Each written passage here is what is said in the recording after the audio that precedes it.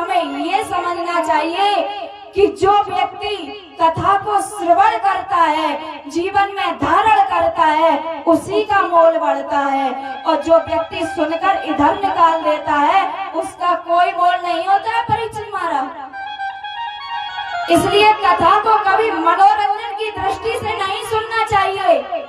आपके ग्राम में तो 40 वर्ष से लगातार कथा हो रही है, लेकिन कथा का कारण क्या है? कथा सुनने से हमारे अपने आप को बदलना चाहिए, लेकिन हम तो देखते हैं कि आजकल कोई भी बहन बेटी ऐसी नहीं है जो कि अकेली जा सके और सुरक्षित रह जाए। कोई भी ऐसी नहीं है। कहीं भी जाओ, हर एक नगर, हर एक गांव में कोई ना कोई ऐसा होगा ही जो कि दुराचार होगा। और आज एक नहीं महाराज, एक गांव में 5-5, 10-10 लगातार बने हुए हैं। पहले तो एक ही रावण था, एक ही कंस था, एक ही हिरण्यकश्यपु था, लेकिन आजकल तो गली गली में फिर रहे हैं। लेकिन वो भी राजनीति से ही युद्ध करते थे, कभी स्त्रियों पर हाथ नहीं उठाते थे। और आजकल कोई स्त्री अकेले जा नहीं सकती है। अगर कोई लड़की अकेले जाती है तो उस पर कलंक लगा दिए जाते हैं, क्योंकि आज का जमाना इतना बदल गया है कि कोई अकेले जाने में अपनी बेटी को संकोच करता है। अगर कोई कथा श्रवण करते हो तो इतना तो देखो कि कहीं किसी की बहन बेटी की इज्जत जा रही है तो उसे बचा सको।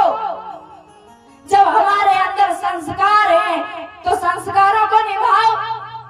जैसी अपनी बेटी होती है वैसे ही दूसरे की बेटी होती है, लेकिन नहीं, अपनी बेटी तो बेटी है और दूसरे की बेटी गली में जा रही है तो क्यों जा रही है? आजकल कोई और नहीं, अपने खुद के रिश्तेदार, नातेदार एक दूसरे पर उंगली उठाते हैं, क्योंकि उन पर यह देखा नहीं जाता है कि उनकी पुत्री इतने आगे बढ़ रही है।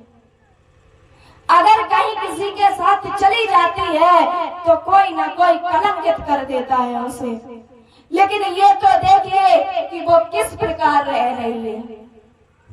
उसका आचार विचार नहीं देखना चाहते हैं, बस मुंह पे जो आया वही जड़ देंगे, देखेंगे नहीं कि क्या है।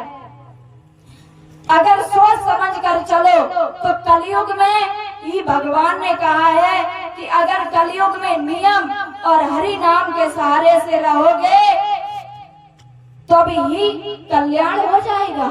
पहले तो महाराज यज्ञ करने पड़ते थे, 100-100 साल समाधियां लगी रहती थी, तब भी कल्याण नहीं होता था।